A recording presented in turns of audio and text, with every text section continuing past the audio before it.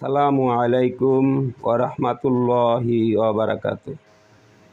প্রিয় ভিউয়ার্স, মুসলমান ভাই ও বোনেরা, আপনারা হয়তো জানেন না হিংসা কতটা খারাপ অভ্যাস। না জানার কারণে আমরা হিংসা আমাদের ভিতরে পোষণ করে থাকি। আল্লাহর নবী মুহাম্মদ সাল্লাল্লাহু আলাইহি ওয়াসাল্লাম বলেন, ইয়াকুমুল হাসাদ, তোমরা হিংসাকে ভয় করো।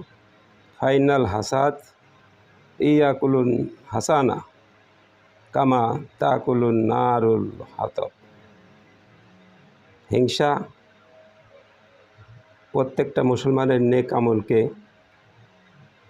শেষ করে দেয়, যেভাবে আগুন শুকনো লাকড়িকে পুড়িয়ে ছাই করে দেয়। অতএব আমরা সবাই হিংসা থেকে বেঁচে থাকার চেষ্টা করি। আল্লাহ তাআলা আমাদের তৌফিক দান করুন। আসসালামু আলাইকুম ওয়া রাহমাতুল্লাহি ওয়া বারাকাতুহু।